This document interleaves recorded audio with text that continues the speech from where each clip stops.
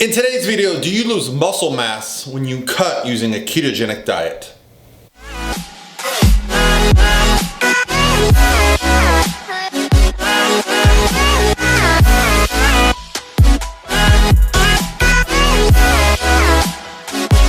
All by myself.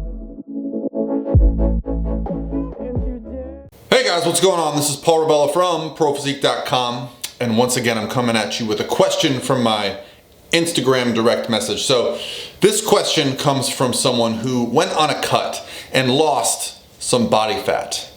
He says he lost from 10.8% to 9.1% using a keto approach, and he's worried that he lost muscle mass. So let's talk about the specifics of what's going on here. And if you want more information on some great ketogenic stuff, Lauren and I did a podcast with Dr. Dominic D'Agostino, who has done TED Talks, who is a professor at the University of South Florida and does research on ketogenic dieting well beyond bodybuilding standard stuff. You know, he's doing research for Navy SEAL divers, NASA, cancer patients, just crazy stuff. Like, he's a super genius. So yeah, if you want to listen to that podcast, I'll link it below so you guys can learn more about ketogenic dieting. But my first question, whenever someone says they're doing a keto cut, is what are your macros? Because a ketogenic diet is not something you can just get into. It's a lifestyle, which Dom talked about more in the podcast. It takes your body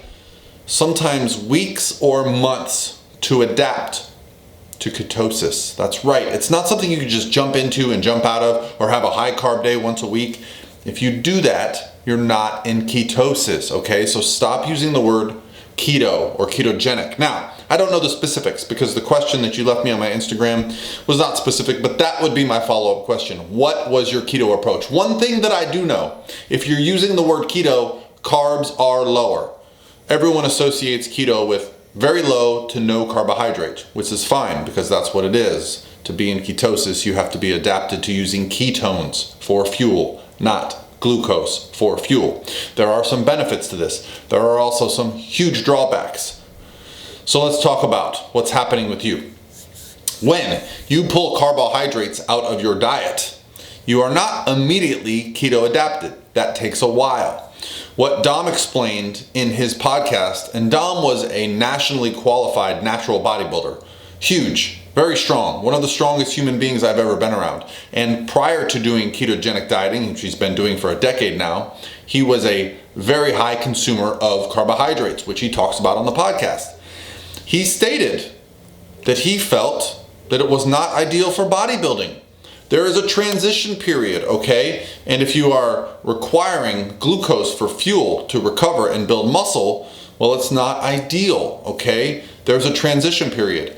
They're still doing research, okay? So I'm not saying you should not do keto if you want to be a bodybuilder. I'm just saying that there is going to be a transition period that is going to be very difficult, because when you ingest carbohydrates, okay, your body transports that glucose into the muscle. The term carbohydrate, it's being stored in the muscle along with water, okay? So H2O is in the muscle. That has weight. That also allows us to perform. So losing body fat, in most body fat tests, they're not actually testing if you lost body fat, okay? They're testing multiple things. One of those is your weight. One of those is lean body mass. So, did you lose body fat? I'm sure you did, but you probably also lost some lean body mass. Now, that's not the same thing as muscle, because lean body mass is everything that is not body fat, okay? So, you probably lost some muscle fullness. And if you lose muscle fullness, when you go in the gym, you're gonna feel weaker. Everyone that I talk to that has transitioned into a ketogenic approach has actually felt weaker for a period of time. Now, Dom brought this up.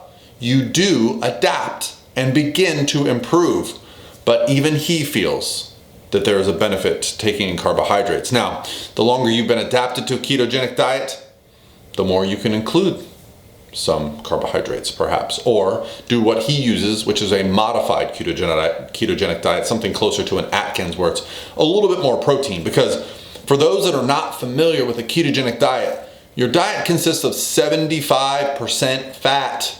Your calories come from 70, that doesn't leave a lot of room for protein, okay? So when we're talking about keto, it's not just low carb, guys. It's a completely different approach. It's switching to a fat as a fuel source. Now, is this a magic approach to fat loss? No, because as you eat more fat, you store more fat, okay? The difference is your body is now burning fat at a much more efficient rate.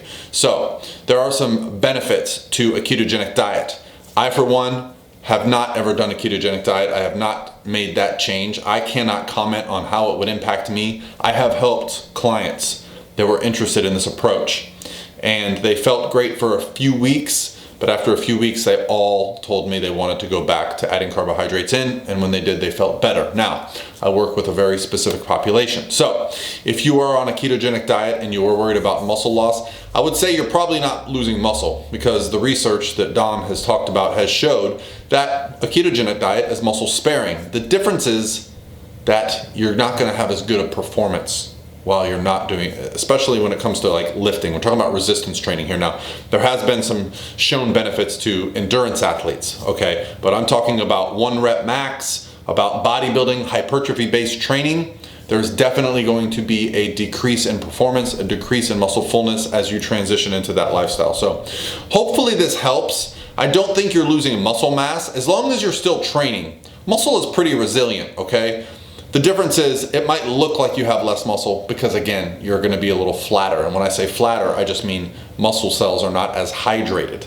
That's hard to explain to someone who's never gotten really lean and seen their body go through these changes. But because I'm lean and because I've been doing this for over a decade, I can definitely tell when my body is flat. If I have a couple low carbohydrate days, I definitely see that there's like less separation in my muscles. The muscle bellies themselves are not as full. Now, when we go to a ketogenic diet or a keto approach that you're saying, you're probably taking in like trace carbohydrates or next to none. There's going to be a drastic decrease in the size, but that doesn't mean the muscle is gone. It just means it's not as full. Hopefully this helps. Hopefully I was addressing your scenario, and if you want more information, listen to that podcast below. And for all those keto people out there that are listening to this and shaking their head, listen, I'm just giving the best advice possible. I do not use keto as an approach. Hopefully you guys can listen to Dom, because Dom is the expert here. I have attended the keto conference several times. I do make myself a part of the keto community. I do believe there is a ton of value in the ketogenic approach. It's just a very extreme lifestyle change, but based on those benefits, if I needed it, I would use it. So, hope you guys are having an awesome day, and I'll talk to you tomorrow.